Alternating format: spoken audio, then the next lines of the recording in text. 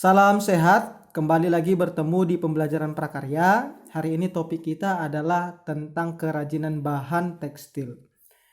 Bapak mau informasikan salah satu budaya Indonesia yang berkaitan dengan tekstil yang diakui oleh UNESCO dan diakui oleh dunia, yaitu kerajinan batik. Jadi kita sebagai bangsa Indonesia patut bangga atau patut bersyukur bahwa ada budaya kita yang bisa diakui oleh dunia. Oke, kita ke materi kerajinan bahan tekstil. Yang pertama adalah pengertiannya. Sebelum Bapak artikan, di pembelajaran sebelumnya kita pernah bahas ada bahan serat yang berasal dari hewan yang hasil olahannya adalah benang. Contohnya adalah dari bulu domba atau yang sering kita sebut wool, dari kepompong ulat sutra atau kita sebut benang sutra, dan yang terakhir ada dari hewan alkapa. Jadi seratnya tadi diolah jadi benang lalu dibuat menjadi pakaian atau semua benda-benda yang berkaitan dengan benang. Dari situ bisa kita artikan bahwa tekstil adalah bahan yang berasal dari serat yang diolah menjadi benang atau kain sebagai bahan untuk pembuatan busana atau kerajinan lainnya. Bapak buat yang bergaris merah sebagai kata kuncinya. Yang pertama dari serat, berasal dari serat, dijadikan benang, lalu dibuat untuk busana atau kerajinan lainnya. Dari pengertian tekstil ini, maka kita simpulkan kerajinan tekstil adalah karya seni atau kerajinan yang dibuat memakai tekstil sebagai bahan utamanya.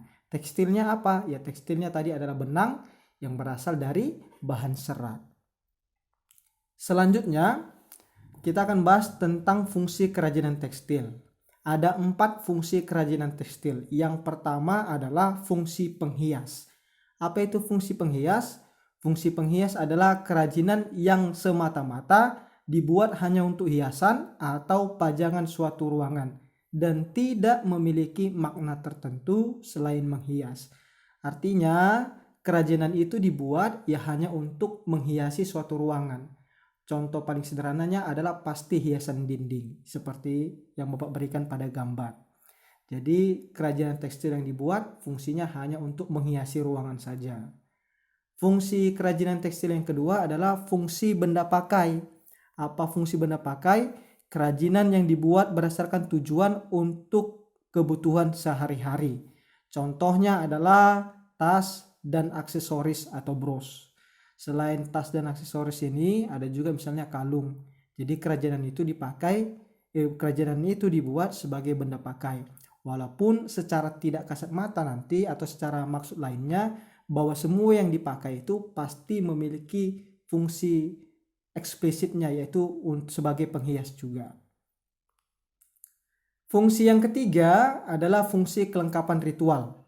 Fungsi kelengkapan ritual artinya kerajinan yang mengandung simbol-simbol tertentu sebagai benda magis dengan kepercayaan dan spiritual. Bapak kasih contoh misalnya seperti ini. Lilin, kalau misalnya listrik padam pada malam hari, lilin itu pada dasarnya digunakan sebagai alternatif penerangan sementara. Tapi dalam beberapa tarian tradisional, lilin itu digunakan sebagai kelengkapan ritual. Atau dalam beberapa ritual-ritual adat istiadat, lilin itu digunakan sebagai kelengkapan ritualnya. Jadi kalau yang berkaitan dengan tekstil yang berfungsi sebagai kelengkapan ritual, contoh paling sederhananya adalah ulos. Dalam suku Batak, ulos ini dipakai dalam berbagai acara baik suka maupun duka, baik dalam acara pernikahan ataupun di dalam acara pemakaman atau penguburan. Itu ulos digunakan sebagai simbol kelengkapan ritualnya. Fungsi yang keempat atau fungsi yang terakhir yaitu fungsi simbolik.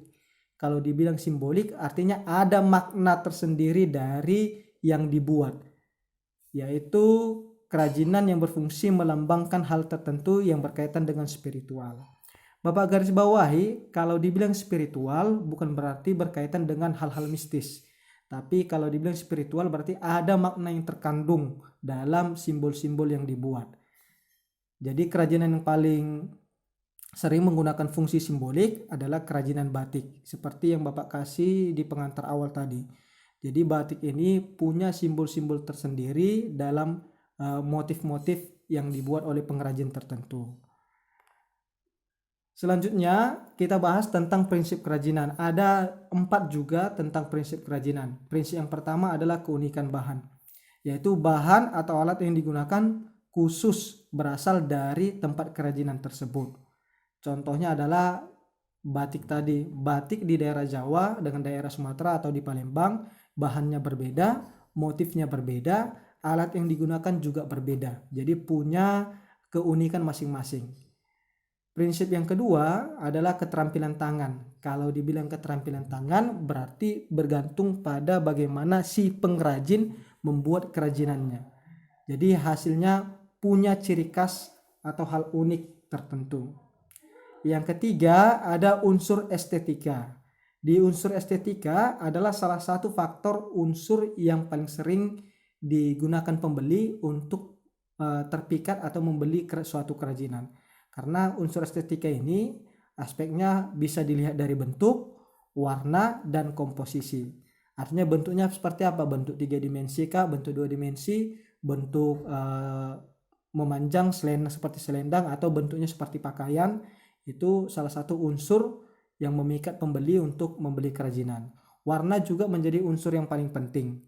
Serta komposisi. Komposisi ini kembali ke prinsip yang pertama, yaitu keunikan bahan. Bahannya baik, berkualitas baik atau tidak, bahannya tidak mudah kusut atau tidak. Itu salah satu faktor di unsur estetika.